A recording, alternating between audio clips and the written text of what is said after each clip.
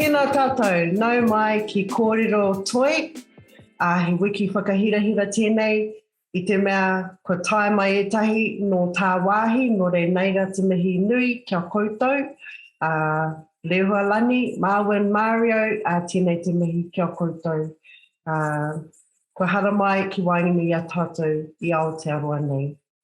So today we've got a really exciting rōpū, a really exciting group of amazing Indigenous connections from across the Pacific.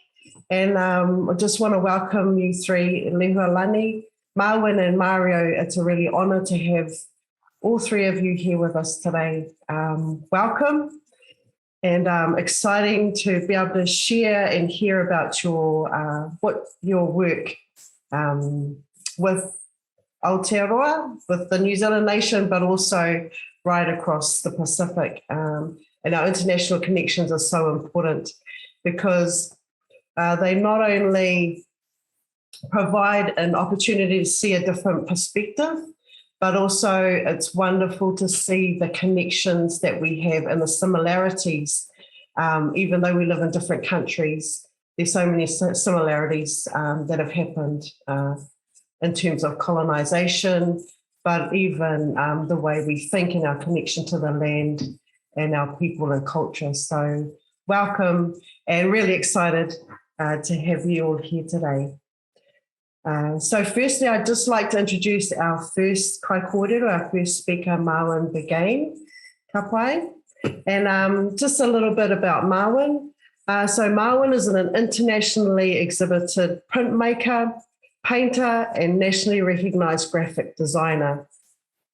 As an associate professor of painting and printmaking at the University of Oklahoma's School of Visual Arts, his research has been concentrated on issues of identity, especially the intersection of traditional American Indian culture and pop culture. He also has conducted research in the technical aspects of relief printing and the use of mixed media. His work has been exhibited nationally across the USA and internationally in New Zealand, Aotearoa nei, Argentina, and throughout the world. And I know, when you see Marwin's presentation, he's going to knock your socks off. And I'm so privileged, we're so privileged to have you here, Marwin. And not only your work, but your personality just resonates and radiates. So thank you, Marwin, for coming today. And I'll hand the microphone over to you. Okay. Thank you. That was a lot of pressure. That's a lot of pressure.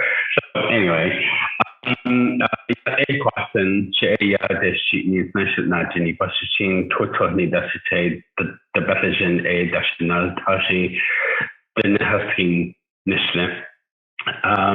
greetings in the Navajo language, and that was me kind of recognizing and also telling you who I am as a Navajo person with my clans and all of those clans and their knowledge, the ancestral knowledge make up who I am today, and especially as an artist. So it's great to see your faces. I've missed seeing you guys. I miss hearing the language, and I miss the rivers and your mountains and your stars. So there's definitely a connection there. So I'm going to go ahead and start my presentation, and the presentation is the work that, let me go back to the beginning, sorry, little flash. And that was my presentation. No.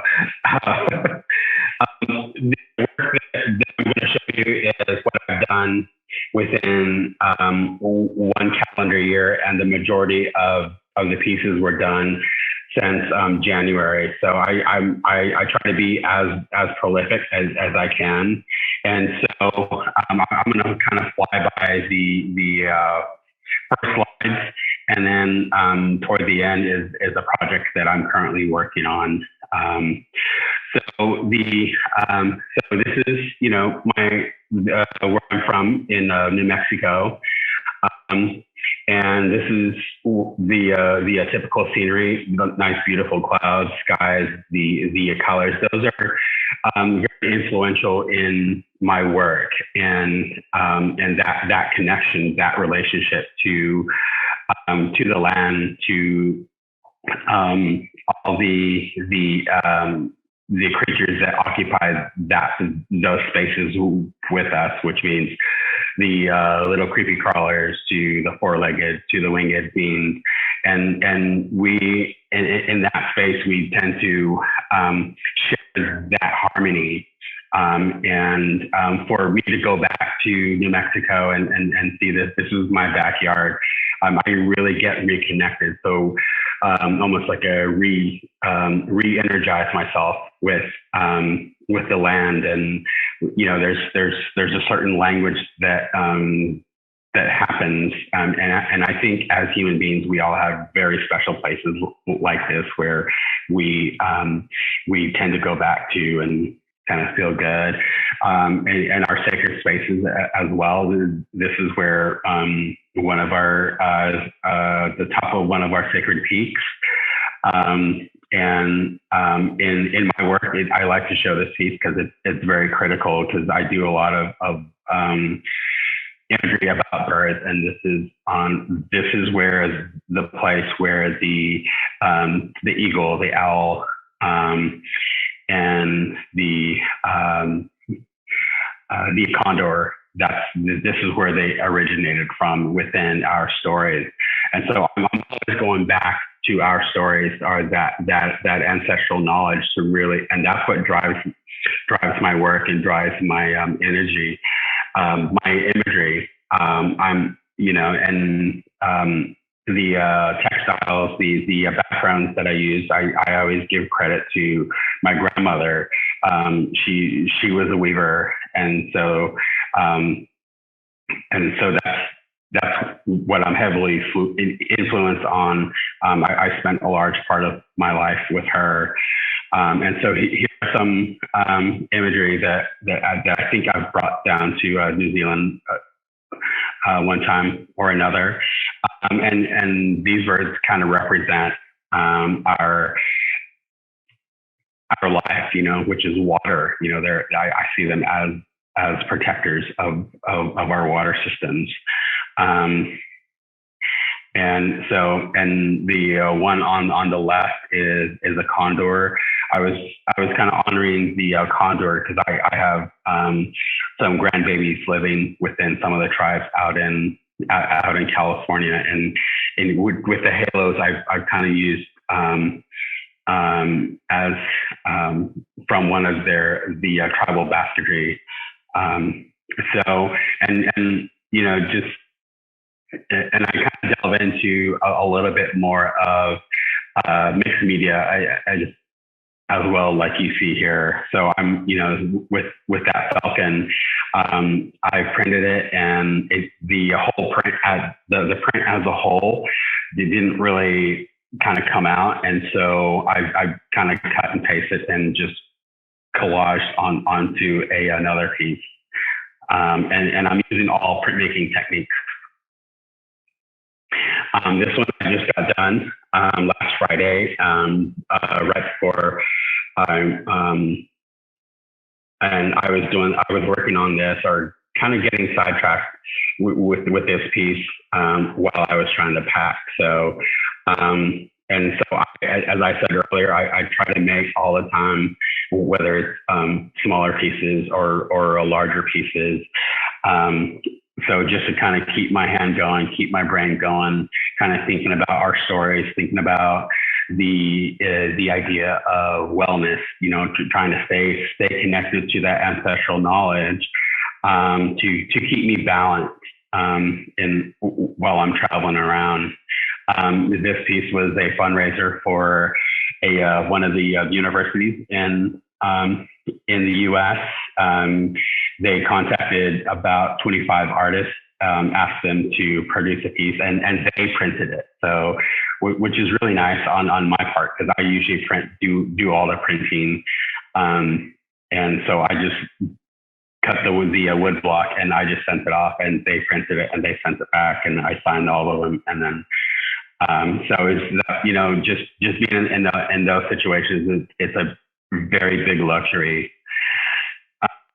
These, and I'm kind of playing off of different imagery or different styles, and this style that you see is probably what my sketchbooks look like.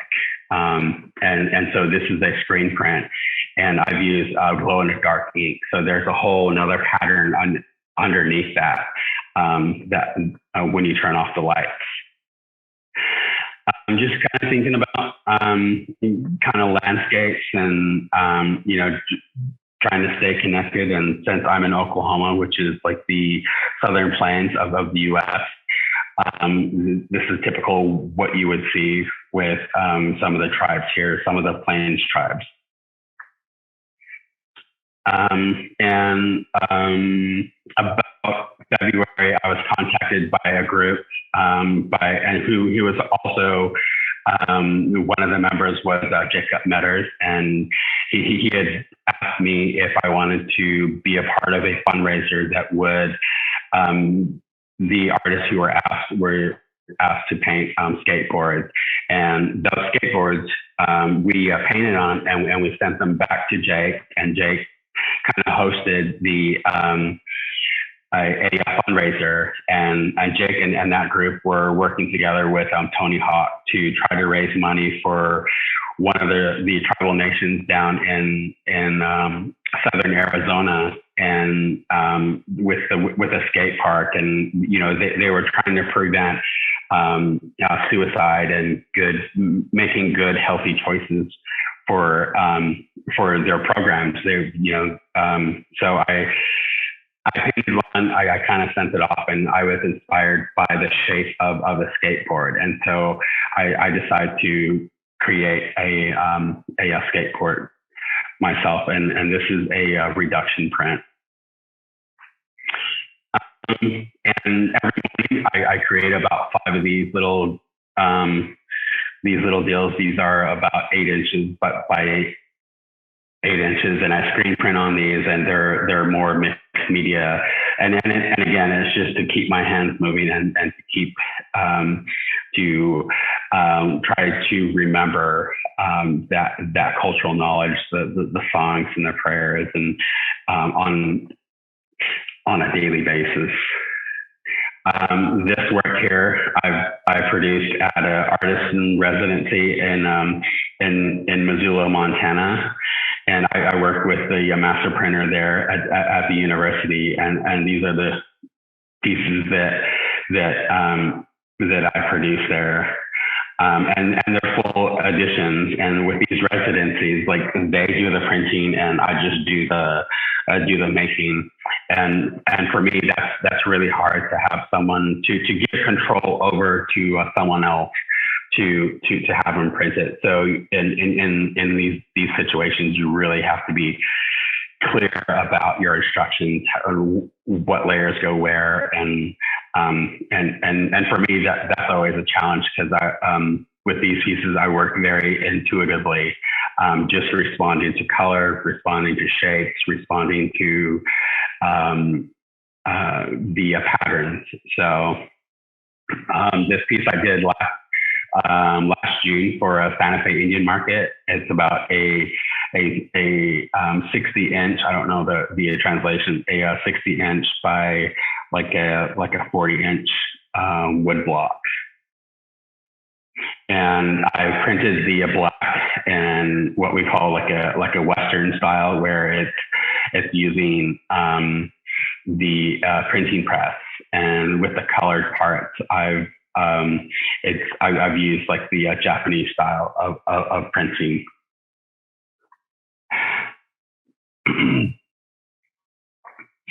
So then in June, I started working on this piece, and it's a 15-foot wood block, and it's a collaboration with a contemporary dancer. Her name is Maggie Boyette, and I'm just being being around printmaking, being around artists. I'm always trying to figure out alternative ways of doing things rather than being in the studio. And so with this piece, I created smaller wood blocks. This piece here is kind of a 4 foot by 4 foot. So I don't know the translation. So with this concept, we were thinking about land acknowledgement, and we were thinking about how we as Indigenous people, when we get displaced from our land, we have to relearn everything from where we're at. We have to relearn how to read the stars. We have to relearn how to connect to the land, and how some people who live in the big cities, their land is the CMAT, and how hard that was throughout our histories, that we're always getting displaced. And so the piece is called Fragmentation. And so I try to bring some of those ideas from the Navajo, the ancestral knowledge of the Navajo. And with this project, we were kind of thinking about the male and the female, those counterparts who are very important to each other. Their energy is very important to each other, and then they help to create that balance. So this is the sun. And as you can see, there's a Navajo basket in the center with the stars, with the feathers. In the Navajo way, the feathers are like sun rays, kind of coming out from that. And this is the moon. And so with that piece, I decided to print onto her onto what she's wearing, and she wears that as she dances over. So she's my press. So I'm considering the weight of her and her movement on the block. And as you can see down on the ground, the print is already prepared. It's already inked up and is prepared. And with those long strands of plexiglass with mirrors, that is kind of like when you're trying to view culture from a city, when you're always kind of moving around, things get fragmented. And so as she's performing inside this arbor, you don't fully see the movement, and so and you see everything that is around it as they move. So that was the whole intention of this, and you could see in the background that there's that 15-foot piece, and with the music here, we had our family members kind of play the music for her as she dances to it, and it's an 11-minute piece, and we bring language, we bring sounds that you would hear in a printmaking studio. We spent about 2 days kind of recording all the funky little sounds, and then some of the sounds, when you slow them down, they sound like birds. So that we were really hyped on that.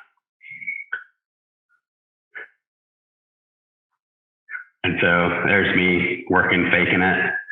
And so this was our project, just to kind of do an acknowledgement to the land. And where we were performing it, I did a lot of research and what tribes were there beforehand. And so we're kind of tipping our hat to the Caro people and the Wichita people who were originally in the Oklahoma City area. And then here we're also acknowledging the Muskogee Creek Nation.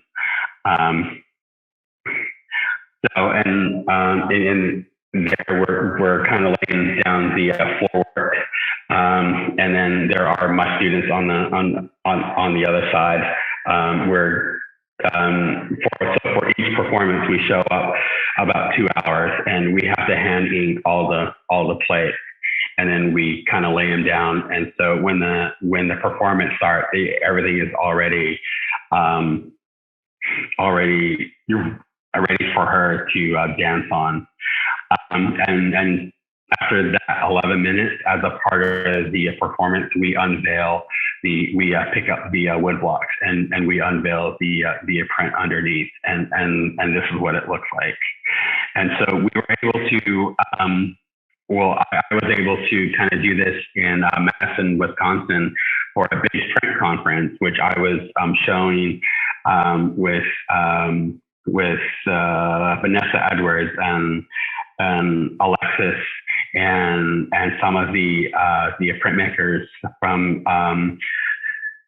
Toi Whakaata. And so we were kind of hosting them for this exhibition, and so we decided to do that same performance, and I used the dancer was a traditional jingle dress dancer, and the singer was one of the elders from the Ho-Chunk tribe, and he sang a song that he had written for the city that was specifically for that area, and that collaboration, that synergy just really became even more powerful, and so as the performance went on, as artists, I'm like, I could do that better. I can make this transition just a little bit better. And so after that performance, a couple more cities, their representatives were there at that conference, and so we're talking about doing the same performance in other cities, and right now I'm looking for dancers, looking for indigenous composers who could possibly be a part of this performance as well as a land acknowledgement. And that's my presentation. Sorry if I went over, but I just wanted to share what my current projects were, and thank you for listening to me. That's so wonderful, Marwin. Thank you. We had a message as you were talking from Maureen. I'm not sure if that's Maureen Lander, but they were saying that their socks were truly knocked off from your presentation and your work. Thank you for sharing. What I really appreciate about your work, Marwin, is you really push the discipline. You don't just sit in one space, but you're constantly pushing and developing and moving. And I love how your work, it's almost tactile, so it's 2D, but really, it looks like something that you could feel. And it's lovely that you've moved into it, enveloping people, because to me it feels like cloth. It feels like something that, often your pieces feel like something that should be embracing you, like beautiful blankets and weaving. Yeah, it's so integrated. That's how we clothe ourselves, and that's that whole thing. And actually, it's just being invited to those gatherings is what really helped me kind of push the envelope and kind of working with other artists when we're at those gatherings, and and also bringing that knowledge. So I'm trying to emulate what happens at these gatherings, all that magic and all that beauty, with all the indigenous knowledge that happens there as well. Yeah, it's so great to see the printmakers too, how you just really bounce off each other and are open to collaboration. As you talked about, putting forward your artwork in someone else's hands. You know, that's can be a really vulnerable place to be. But in that, you come up with some real beautiful things that may never have happened otherwise. And I love how you talked about intuitively working as well. But I think, you know, in being intuitive, you can just let it flow, but it comes from the mastery of working your craft for so long and really delving deep where you can bring it together, you know, so well. Thank you, Marwin. We're just going to go over to Lehuanani and kia ora Lehua. Beautiful to have you here today. So just a bit of background about Lehuanani. She's Hawaiian and raised in Keaukaha. She's primarily a self-trained photographer and has come from a background of working in the darkroom, if anybody remembers that. But you know, when you work in a darkroom, the difference between some photographers today who haven't worked in a darkroom, when you have that sort of camera work, you really have to be specific about the photograph that you're taking. So it forces you to focus and really consider the composition, because now you can go click, click, click 1,000 photos later and you choose one, whereas in those days you really needed to be considered because it's an expensive process, right? So Lehuanani comes from that background and has developed her work. She's gone on to, let's see here, continued on to digital SLR, and loves to take beautiful photos of landscapes, but also especially love your mana images where you are uplifting and bringing up, you know, showcasing the beauty of Hawaiian culture and people to the world. And actually, so I've gone right off track. You've got a long history and, received a Bachelor of Art in Anthropology with an emphasis on Pacific Island Studies from the University of Hawaii, Hilo, in 2008. And has also attained a Master's of Fine Arts in Photography from the Academy of Art University in San Francisco in 2008. Lehu has also participated, and actually so has Marwin and Mario, in a lot of our international exchanges. So we've been able to build some strong connections too with you, Lehua, and Marwin and Mario. So I think I'll just hand it over to you, Lehua, because I really want to see your beautiful images and listen to your voice and talk about your your work and your life. Tēnā koe hoa. Mahalo nui. Aloha mai kākou o Lehuanani Waipa ani o mauna ke au mauna loa ku'u mau mauna o wai loa ku au wai o Keaukaha ku'u moana nui. Noho au I ke onihana o Keaukaha here in good old Hilo, Hawaii. Aloha mai kākou. My name is Lehuanani. Short, everybody calls me Lehua. And I come from a very beautiful place called Keaukaha here on the eastern coast of the Hawaiian island called Hawaii Island, or Moku o Keawe. And I am very, very honored and blessed to be invited to speak today and to share my aloha with everybody out there. Mahalo to Marwin and Mario, and also to Regs and all of those in Te Atinga for being the vigilant paheona or artists that are pushing the envelopes in every way across the moana, across the ocean. So mahalo nui to all of you. It's been a whirlwind of things since we last met and in person, and so there is a lot of things I think I would like to share. So I will start. I can share the screen. Hold on, give me a moment.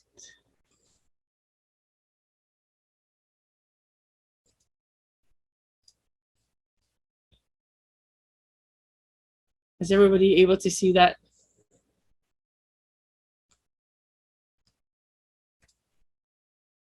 Yes? Good? All right. So aloha mai kākou. where do I start? Photography. So as Reagan was saying, I actually started photography when we were still using dark rooms and loading cameras with film, 35 millimeter film. And that was back in the late 90s. And as time has progressed since, I have picked up digital photography, and I have moved and become more innovative in what I'm using. But a lot of my greatest teachings have been self-taught and just sort of going and doing and then making the mistakes, seeing where the errors are and then correcting them as I saw fit. One thing I know for sure has always been my culture as a Kanaka Maoli, as a Wahine Kanaka Maoli, has always been a part of what I was doing or how I'm doing my work. And it's never not been a part of it. And so there's a double-edged sword, I think, when it comes down to those things, because one, we got to stay innovative and we have to evolve as technology has evolved over the course of time. But we also have to figure out the balance. And I really love how in Marwin's presentation, he had an image that had balance. And I was drawn to that word because we're very often off kilter in the world, especially since we've been hit with a pandemic so large that nobody knows left from right and up from down most of the time. So the one thing I wouldn't, and I don't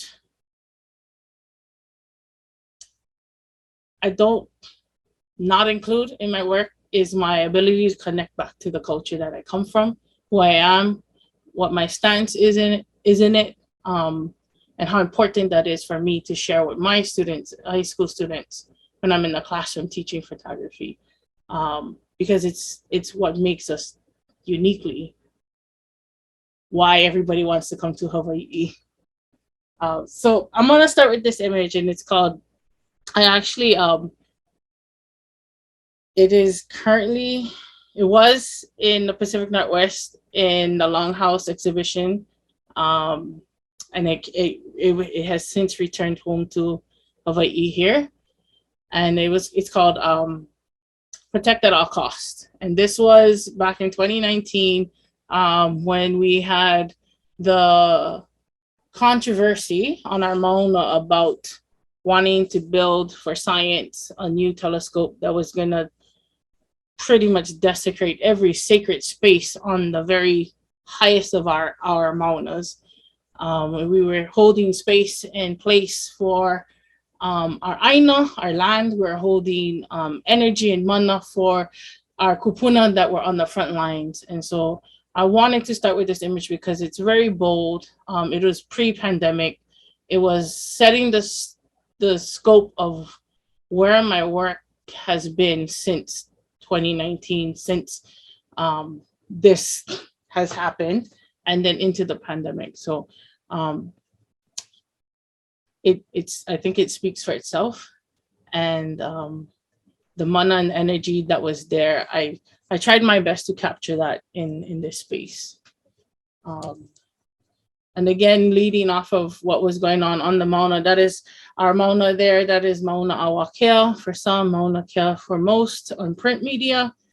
But on the mauna is all these other deities that comes with that. And the three mauna, the three pu'u that is up there is Mo'oina Nea, Lilinoi, and Puliahu. And those are the very three hills right on the top here. And so we live with our space. And I thought it was super important to maintain that understanding.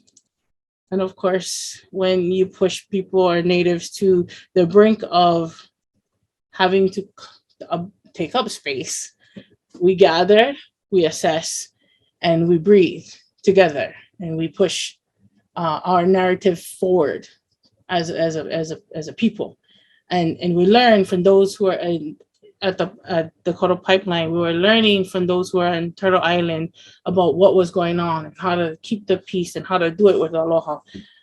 So I wanted to start this presentation out acknowledging those things, that we are not in the clear, that we're still fighting for our breath, we're still fighting for our mana, we're still fighting for our aina that feeds us. And then the pandemic happened. And we pretty much, I want to say, we went into a lockdown. But to take something negative and look at it positively, our aina and our space was starting to return to its more natural habitat. And as a photographer, it was important for me to get out there and document in my own way and in my own with my own tools what's happening to the space once humans started to move out of it, stop occupying it. This is one of our oldest valleys here in Hawaii Island called Waipa. And this is the first time in a long time that this river has been filled that high that I have in my lifetime. It was flowing. There was mana moving through that space. There was energy, and I was able to capture this. And I thought, I don't often shoot in black and white, but black and white is what I needed for this space in this image. So we got out everywhere. That was a 2018 eruption that passed over one of our roadways. And as a result, our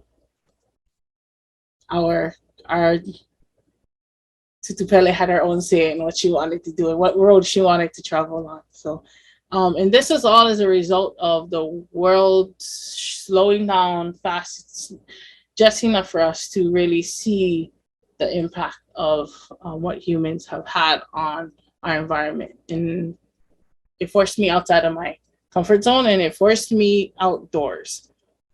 Even though everybody was saying stay indoors in your cluster of your family. So this is sunrise at Mauna Loa Road, looking down on Kilauea and the Luapele as she's greeting the morning sky and erupting here in the distance. So, and it really made me go back and connect to the spaces that are important. The land, the vibe, the richness of our water sources, the vibrancy that comes from getting really intimate and close to these natural phenomena. This is the flower. If you've never seen a koa tree, this is the actual flower of the koa. It's a very small flower, and our koa was used to build our canoes. It was massive trees, and up until the turn of the 1970s, when Hokulea was being thought of and being born, we were at a very sad space where we had no more left of our natural trees to build our canoes, and so we had to go with modern technology and modern materials and use fiberglass.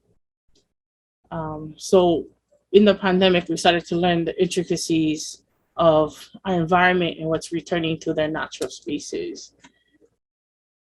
And then, of course, getting back outdoors and into these spaces and sharing these spaces and breathing in this space. I'm going to go quickly through these because, sorry, back up. These are our lehuas. They're part of our history. They're part of our mo'olelo and our stories. There's many legends that come from all of the images you'll see that is flora and fauna or even landscape has a story. Every piece of it has a belonging into a space and time. Nothing is done without knowing why it's being done. So. And then Haloa, which is our older brother in our culture here in Hawaii. Haloa Lau Kapalili comes as the elder brother of Kanaka. Haloa Ike Kanaka are us. Our eldest brother was stillborn, and therefore his fetus was put into the land, and it was able to feed us as Kanaka, as humans, as man. And this was my way of honoring Haloa Lau Kapalili, Haloa, the taro plant that feeds its people. Every part of this plant is edible, and every part of this plant has some kind of nourishing ability. And as a visual artist, we're still pushing the envelope, and we're still rewriting the boundaries on those things. So and going right back into our Aina, our land, and then our eruption again opened up again earlier this year, and I was able to get out at the latter part of 2021 and most of 2022, and have shared space with Tutupele, our deity, our fire goddess, as she's creating more land here on our island and growing and sharing her mana with us. Sharing again space with this place that we call home. And it's important to have that connection and the reconnection back.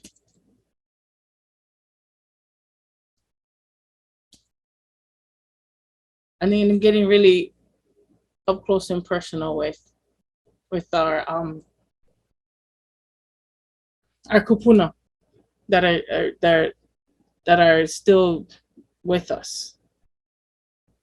So up until earlier part of this year, I was making the morning trek all the way out to Luapele, taking the hike down with my gear, and then safely from a safe distance, sharing space with our Manavahine Pele. And then most recently, just returning home from Honolulu this past week, was able to capture us getting back to gathering and again reassessing ourselves forward from the pandemic, but still being able to honor our kupuna, the legacies they leave behind, the kuleana we have to carry those legacies. And as a photographer and as an artist and as a visual artist, it's super important for me to be a part of connecting our past through my work into where the youth and the next 7 generations are going to take that. So being out and being able to make myself available to these experiences is important, because for 2 years, it is a lot of time for our youth to be away from these spaces and these practices. And in the midst of all the tourists in Honolulu, we're still able to honor King Kamehameha Nui, or Kamehameha Nui, King Kamehameha the Great, with his lei draping on his birthday, June 11th. So that's where I'm at. And at the very end, even in the most developed city, we can still see Haloa Laukapalili joining us in this way forward, still feeding us, still being a part of who we are. And in any intricate space, even on the island of Oahu, you'll still find the mana of our culture and our history. And if there is no Hawaiians, there is no aloha. And if there's no aloha, there is no Hawaii. Because in the pandemic, in the height of the pandemic, my favorite picture so far has been this one. And it's because we get to share a space, even though the buildings are there. There is not an occupant in that space. After 400,000 visitors have come in 2020, none of them are occupying these hotel rooms. And so the hotel rooms are dark because there's nobody there. But what is vibrant is that as Kanaka, we're still there. We're still here, and we're still surviving, and we're still thriving, and we're adjusting as we need to, but we're not giving up. And we're not putting ourselves away to accommodate the new narratives of people wanting aloha for free. So this has been kind of my drive since the pandemic, kind of switching my hats. I know I've done a lot of other stuff in the past where it's a lot of portraits, and I still do that, and I still have a love and an affinity for it. But I think my kuleana moving forward has kind of shifted me to better understand, like, what can I do as a kanaka? What can I do as a wahine in the arts, in the visual arts, that's going to last for the next 7 generations, that's going to keep teaching the next 7 generations about who we are, where we come from, where we stand, and how can we be we can evolve but still hold on to our roots and who we are. So in the distance, this is my last image for this presentation. In the distance, you have Leahi, which is Diamond Head, known famously as Diamond Head. But Leahi is a significant space in the Ahupua'a of Waikiki. And at one point, it was protecting the people and the marsh and the kalo fields of Waikiki before all these hotels went up. And it also fed its people because it had its own reservoir and its own crater. And so I thought it was super important for me to show that at the end of this presentation. So this is my last image, and I hope I brought some insight, and I hope I brought some bit of Hawaiian culture and Hawaiian knowledge to you all. Tēnā koe lehua, that's such a beautiful presentation. And just towards the end there, you really highlighted something that a lot of us have gone through in terms of these last couple of years where we've been forced to stop and slow down and reevaluate what is actually important to us.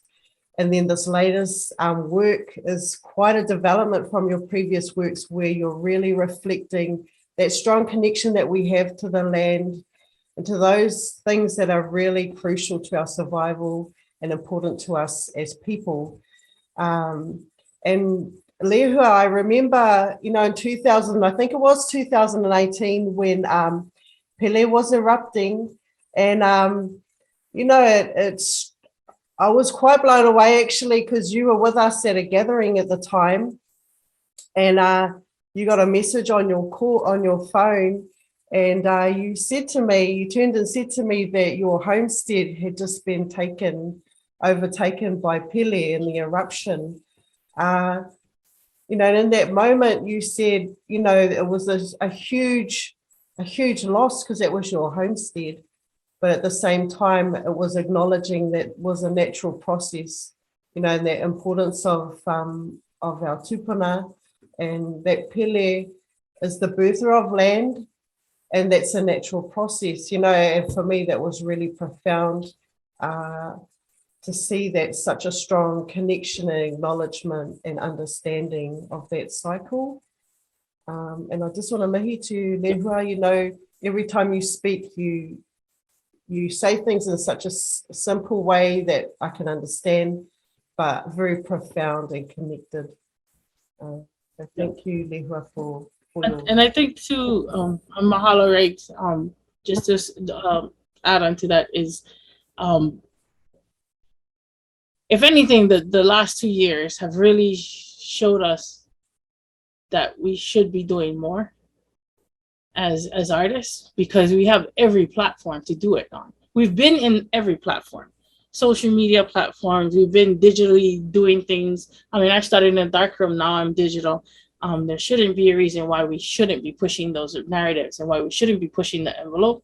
But I think, human, we get stuck in this space like, we're supposed to be isolated. We're supposed to be here, there, like this.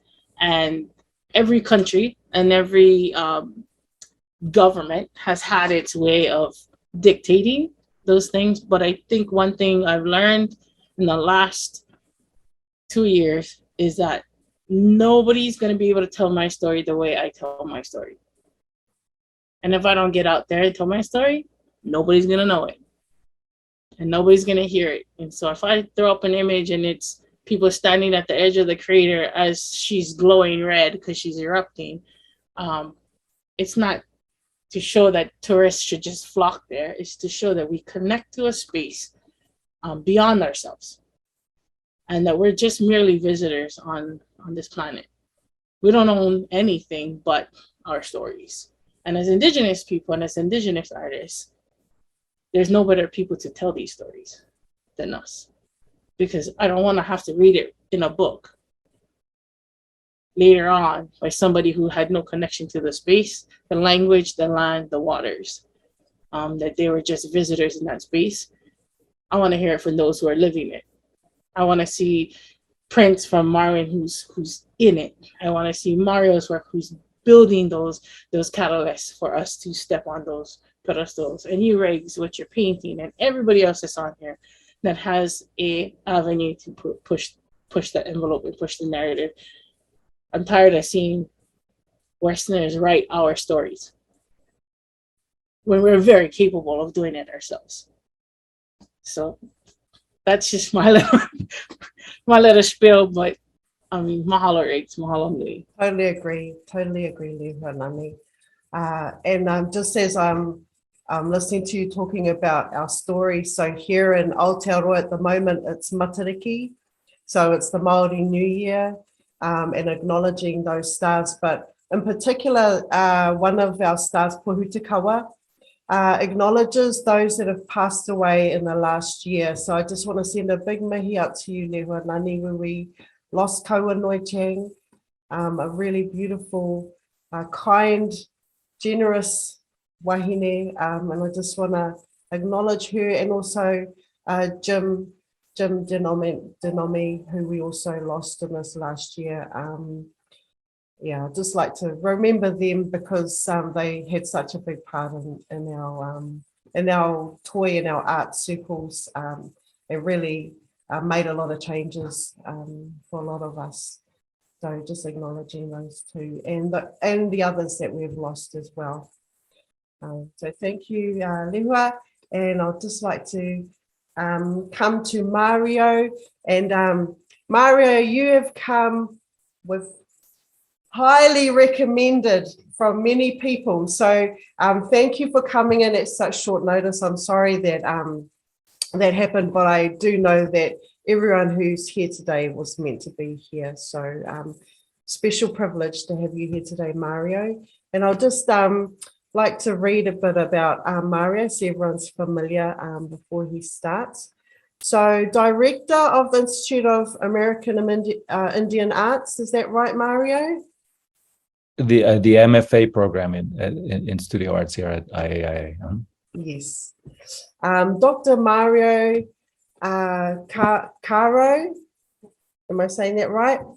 Is a researcher, curator, and critic of who has published widely on the history, theory, and criticism of contemporary Indigenous arts. He has taught graduate courses at Indiana University and New York University. His work with the Academy complements his sustained engagement with various Indigenous communities to promote the professional development of Native artists.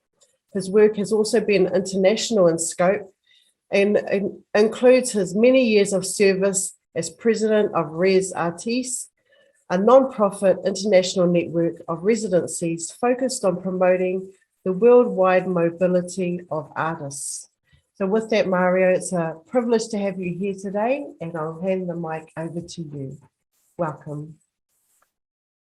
Thank you so very much. It's my privilege and my honor to be here. I'm so grateful for the invitation and to be on the same screen, if not in the same virtual space, with Marwin, Lehua, and yourself. It was last time we were all in the same space together. It was back in 2017. And as you were saying before, I mean, these are really important moments for people to come together, figure out where they are, where they come from, where they're going to go. And often these are life-changing, experiences. For me, back in 2001, when we first did this, and I should mention, right, the Longhouse Education Cultural Center is when we did our first gathering, based on the model set up by the Maori. And Marwin was there with us. So many folks that are, major shakers and movers in the field are, I have been to these gatherings. And so, yeah, it's very nice to be virtually together again. Before I go on, I should, acknowledge that I'm calling you and privileged to be here in Santa Fe, New Mexico, which is the traditional home of, New Mexico is a traditional home of 19 pueblos, folks who are Tewa and Tiwa speakers. It's also a region that's inhabited by Dene and by Apache folks and other communities that call this home. But so I'm just in heaven here. I've been here a year and a half at the helm of this project that actually, it started way before me. I should also mention that I'm originally from Colombia. I identify as Colombian mestizo. My family comes from the Southwest, the Cauca Valley region, which is the traditional homes of the Misak peoples. Let's see. Let me share my screen, and I can start telling you the story of what I thought. I thought the task was to somehow provide kind of an overview of what's happening in the native art world. I think that was the impossible task. So what I'm going to do is actually something awful, and that is to hold on one second. I did the wrong thing. What I'm going to do is, listening to Marwin and Lehua talk about their work and listening to all of these talks, you want to linger, you want to talk more, you want to learn more about these images. I'm going to do quite the opposite. I'm just going to go through a whole bunch of images to try to give you a sense of at least what some of our folks here are involved with, because my focus is now on the teaching of contemporary indigenous arts practices, and so it's really interesting to think about this, because usually so if you think about art, three moments in art, in the life of an art object, you have the production side, the making of it. You have a dissemination, maybe through exhibitions or other kinds of ways of getting the work out into the world, online, what have you. And then these talks, right? This is part of the disseminating of the work of art. And then you have the consumption, right? Whether it's like a collector buying the work or just a visitor going to a gallery and consuming it in that way, right? Now I'm actually thinking in like a pre-production mode, sort of like what goes into the training of folks, that already come here, very, very well versed in a practice. But the Institute of American Indian Arts, which is celebrating its 60th year this year, has been at the forefront of thinking through how to train Native artists to do what they do. And I have to share these two headlines today. It was pretty amazing. These are from the New York Times today. Chanupa Hanskaluger, who lives in this area, is not originally from this area, has this really great write-up in the New York Times, as does Rose Simpson, who's also from this region. These are from today's New York Times. So this is a good time, actually, for Native arts. It really feels like a powerful moment. But I should acknowledge, that the program started with folks like Charlene Teeters, who was the dean here when I came. She had just retired, but she offered to be part of our first inaugural faculty. A lot of folks know Professor Teeters' work from her activism. She was very much at the forefront of all of the things that have eventually come to fruition in terms of addressing a lot of the mascot issues, the sports mascot issues here in the U.S. So she's been a fierce advocate of those kinds of issues, but she continues. This is a more recent work to think very politically about situations like the ones at the border. So this is one part of an installation that she put on. The installation itself was called Ways of Sorrows, but this piece itself is called Our Lady of Survival, talking about the hardship of crossing this southern border. Very contentious space for a lot of reasons, especially for Native folks. Just showing you an image of some of her very early work. She's very much of a painter, primarily, but also does, as I showed you, installation, photography, all kinds of performance. She's done some amazing performance pieces. Another faculty member in our program is Dr. Ashley Holland, who's a Cherokee. She's a recent graduate of the University of Oklahoma, but she has been in this field for many years. She came to us after having been a curator of contemporary Indigenous arts at the Idle Jorg Museum for more than 10 years. So it's kind of an amazing thing to have somebody who knows the field, at the gritty end of things, and not just the history. So she's been in the bunkers, basically. Another artist who we were just able to bring aboard is Andrea Carlson, who's Anishinaabe, active in the Chicago, Illinois region. She does amazing things. For example, this piece, which is gigantic, was sort of billboard size, was outside of the Whitney Museum. It's now in their collection. And it might look like some kind of wacky digital print, but this is actually all hand drawn, and incorporates all kinds of imagery, the loon and other images that talk about not just the origin story, but talk a lot about things like sovereignty and self-determination. It's really incredible how visible. Literally, I mean, this was a billboard across the street from the main entrance of the Whitney Museum. So very visible stuff, very monumental stuff. And speaking of monumental, she also did this piece. You're on a Potawatomi land, on the banks of the Chicago River. Again, very large piece that very explicitly in a very didactic way talks about sovereignty and who the original inhabitants are of the place that you're at. Another artist who just joined us is Dakota Mace.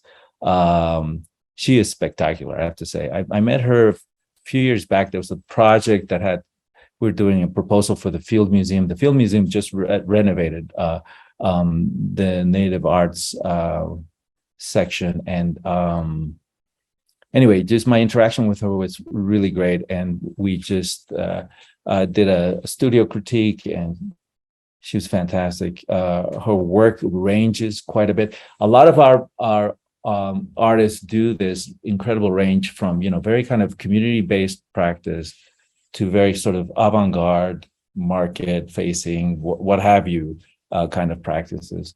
So here's a digital archival print, very, kind of very abstract work, again, invoking imagery and colors that are significant to her, the Dene community. But then she also does weaving.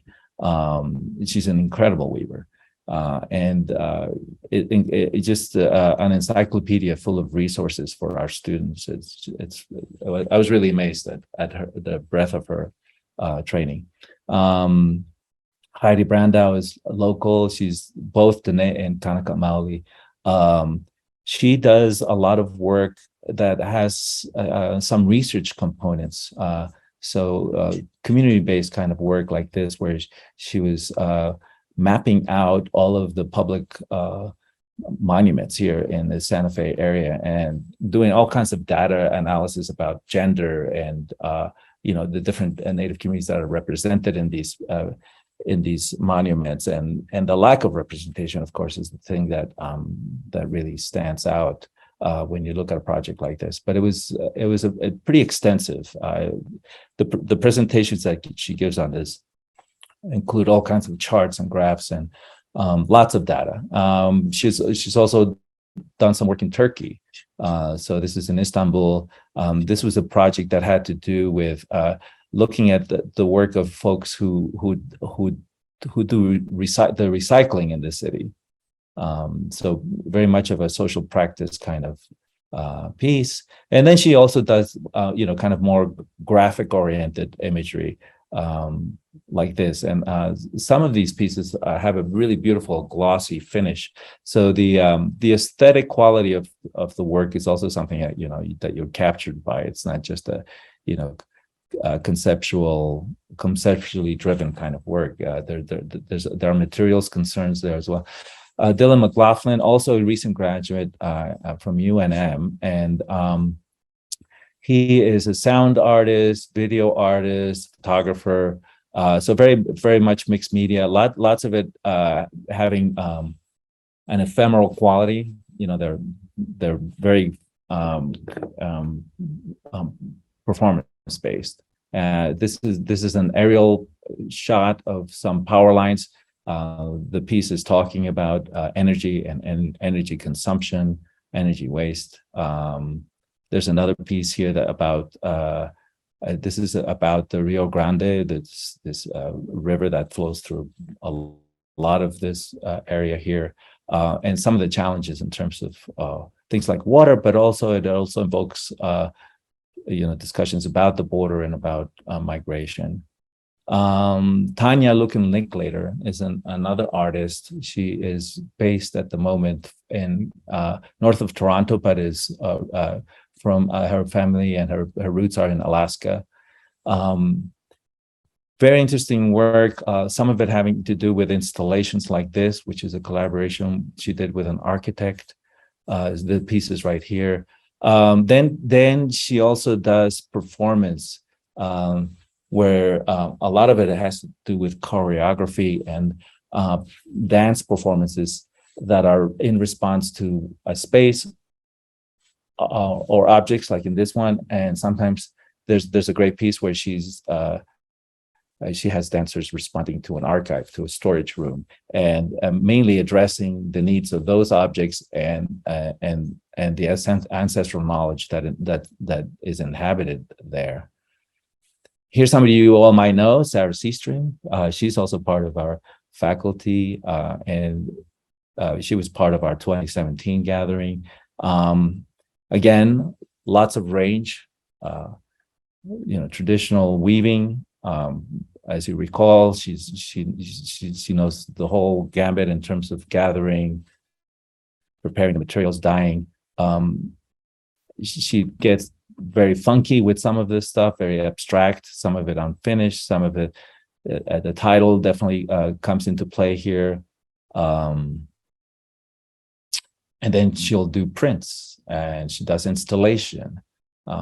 She's incredibly active right now. She's got a show about Lucille Ball, which is kind of interesting. And she's just one of the winners of the Forge project. For those of you who don't know what the Forge project is, you should Google that. Forge project is a new kind of initiative. It's north of New York City, but it's very much it's run by Candace Hopkins, and it's about collecting. It's about providing funding and fellowships and awards to artists. And speaking of, here is Raven Chacon, Candace's partner, who is an amazing artist, mainly a composer. So there's sound you don't usually think of as a thing that would be a part of an MFA program, but we very much focus on all media. But of course, he's not just a sound artist, noise artist, but he's a very strong conceptual artist. You might know some of this work from his time with Post Commodity, Repellent Fence, which was an amazing, very elaborate piece. But here you could see that border that's in the background, and this piece sort of widens its way both north and south of the border. So it's almost like a suture of north and south. Really smart piece. There's lots of documentation on that if you want to look into that. He'll do very crazy stuff like composing a score for firearms. This is a part of a series, I think, of 12 prints that he did that are currently part of the Whitney Biennial. He occupies a lot of land, a lot of real estate there at the Whitney. But anyway, these are meant to commemorate Native women composers. A group that I'm sure doesn't get acknowledged, at least probably not in this way very often. And of course, you might have heard Raven just recently won the Pulitzer Prize in Music for this beautiful piece, The Voiceless Mass. If you go to our Facebook page, you can find a link to the Mass. It's an intense piece of music. Jackson Paulus, also lots of range. He is part of the New Red Order, which is a collective that talk. A lot of their work has to do with institutional critique, but also just a critique of discourses around indigenous representation. So, for example, they did this performance at the Whitney, the Savage Philosophy of Endless Land Acknowledgements, or Endless Acknowledgement. And it was a thing that was performed by an all-white cast. So they're standing on the sidelines directing this, white cast, and having them sort of work through all of these issues about land acknowledgement and such. He also does traditional carving. So this is a really complicated piece, and although it doesn't look like it, but this is called a shaming pole. This is erected to shame William Seward, who was the Secretary of State. He was the one that was, very much part of the transaction that bought Alaska from the Russians, of course, bypassing Alaska natives. And so this is part of what the shaming is about, but it's also more precisely about the lack of reciprocity when Seward was potlatched, and he kind of forgot or didn't think about reciprocating. Anna Hoover, another one, another person we all know because she was also part of the 2017 gathering. Filmmaker, photographer, writer. So just a couple of images of some of her work. The Last Walk, powerful film, short film about suicide. Then she'll do tiny little things like Salmon Reflection, which is just a 1 minute piece. It's sort of a promotional piece that talks about salmon in Alaska. Then she'll do didactic pieces for museums, like this one that she did for the Burke Museum. And then I think this might be the last image. This is some of the work. This mentions some of the work that she's done for Molly of Denali, which is like a children's animation that's broadcast over PBS here, which is the big kind of public television channel. So Molly is the lead character, who's an Alaska girl who goes through a lot of different wonderful adventures. Anyway, I just wanted to mention that this summer we're going to have this gathering here of our cohort of our program for the first time. We'll be having lots of interesting guest speakers. If you want to follow us on Facebook, we can give you more information about that. We've been lucky in that we've been able to host some really interesting folks, including folks from Aotearoa. Brett Graham was one of our speakers when we first did this gathering. So I'll stop here. Thank you.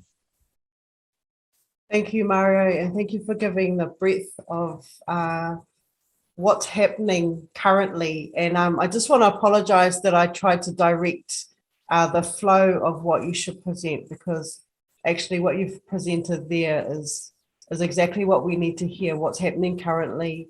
What are people talking about? What are those Indigenous stories that are being shared, and how are they being shared? Because it's when we share those types of things, when we're sharing our stories with each other, and how are we sharing it, then it helps us to comprehend, okay, how are we going to share our story? So it's beautiful to see that scope of what's happening at the Indigenous Institute of Indian Art, Mario. And I also hear that you have a master's program, and sometimes you open it up to Pacific Island artists and Aotearoa artists. Would you like to tell us a bit about that? Of course, so these are all faculty in the MFA in Studio Arts, which is a low residency program, which is a wonderful model because it allows both the students and the faculty to stay where they are, to maintain their connection to community, to be, the least disruptive as possible in terms of people's lives, while at the same time, delivering this very kind of mentor-driven instruction. So each one of these folks teaches a maximum of 2 students per semester.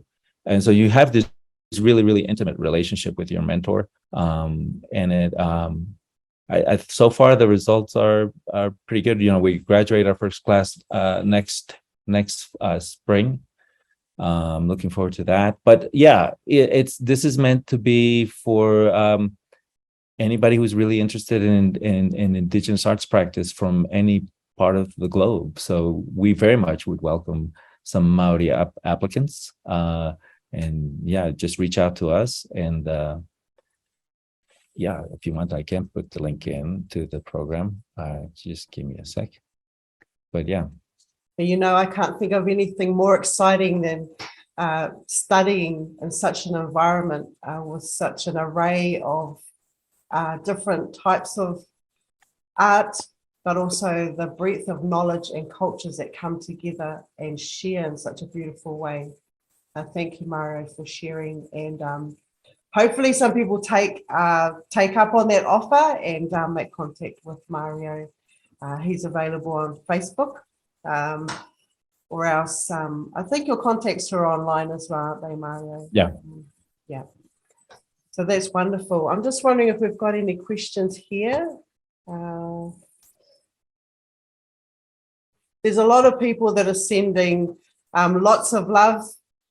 We've got Gabriel Bells and Chris. They especially sent a big kia ora to you all. And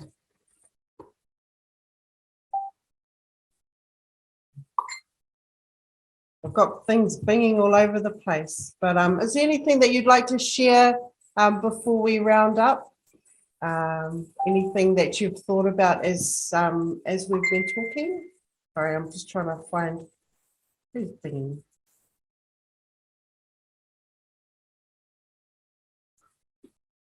Tawera's messaging. They're in Vancouver. So there's a whole group of Māori in Vancouver hanging out with Indigenous artists. So it's beautiful to see those connections still happening and continuing to happen. I have a quick question for Marwin. That last piece that piece that you're showing, that big round. I mean, it's a spectacular piece, not just the print that results, but the process, the dance and all that. I know that you're also involved with this thing where the steamrolling thing, right? Where you produce very, very, very large prints, right? This notion of a kind of a monumental print, right? And then you're doing like a daily thing that's kind of tiny, is that right? Like you're doing all of these little acts. Like, can you talk a little bit about scale? Like what makes you decide, or like I was trying to, as I was putting together these slides, I was trying to find a lot of commonalities. And one thing that I kept seeing was scale. People are really working some folks are working in really large public kind of ways. Is that sort of where you're going right now, or you tried that and you may go somewhere else? No, I think for me, a lot of it is like just the smaller stuff is just kind of daily stuff, is kind of like my thoughts and kind of notes and almost like posted notes kind of thing. And I think that's for a different audience. That type of work for me is created for a different audience. And the larger pieces, for me, where I'm coming from is like the idea of the museums and the curators and the stuff that's happening in the contemporary and that whole kind of level of the art world here in America. And it's, you know, just allowing yourself to really think about the walls in a museum. There are a lot more, and if you kind of work at a small scale, then those walls kind of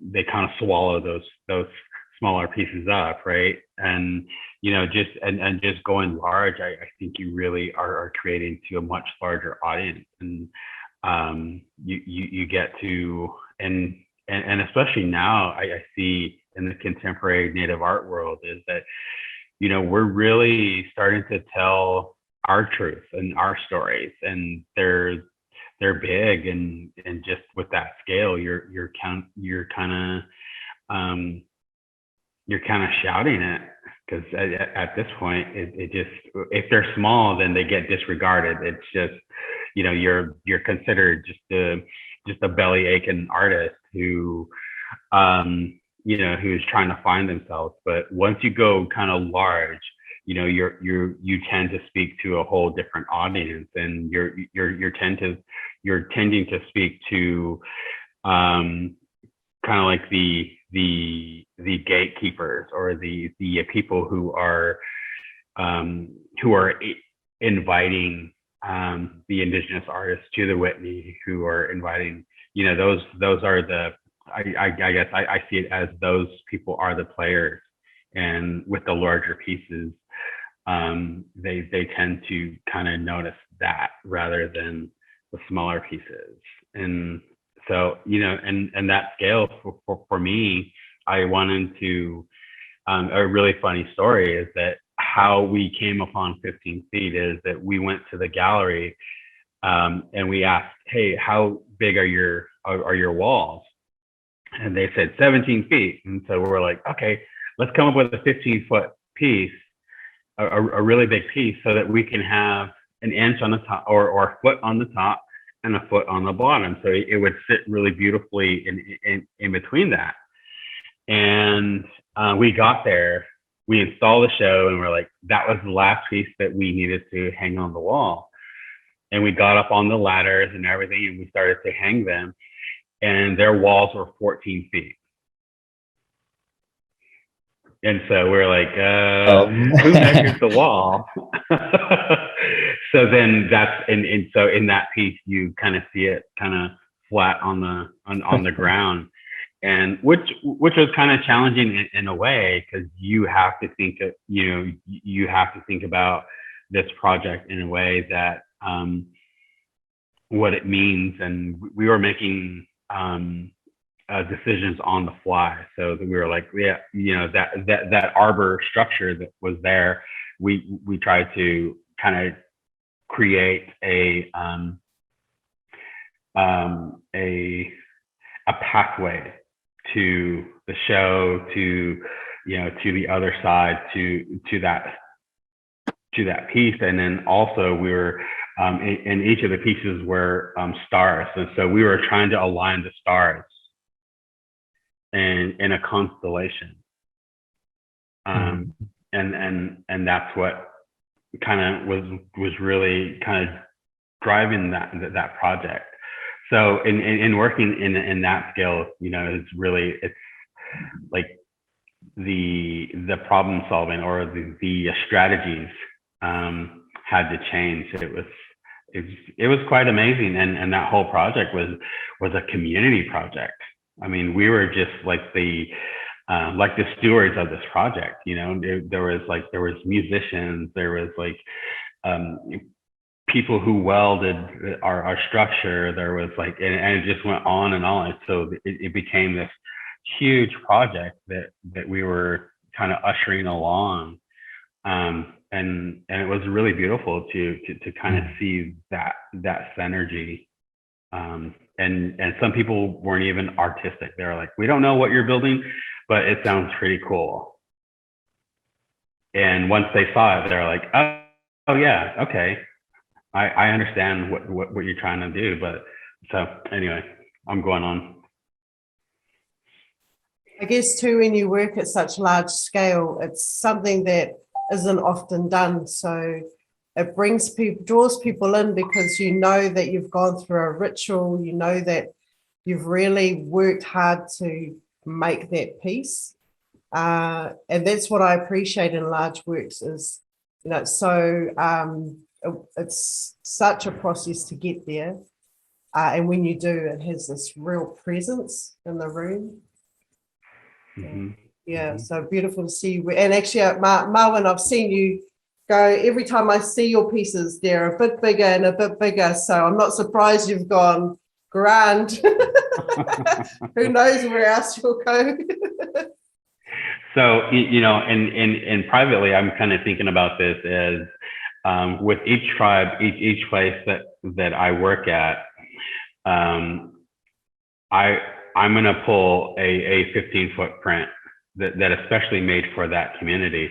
So when I have like either like just a show, just a solo show, having like 7 or 12, 15-foot pieces, right? That massive, and it makes you feel small, and you know, and that idea of how small we are to the ocean, how small we are to the earth and to the sky, and we're just, you know, we're just a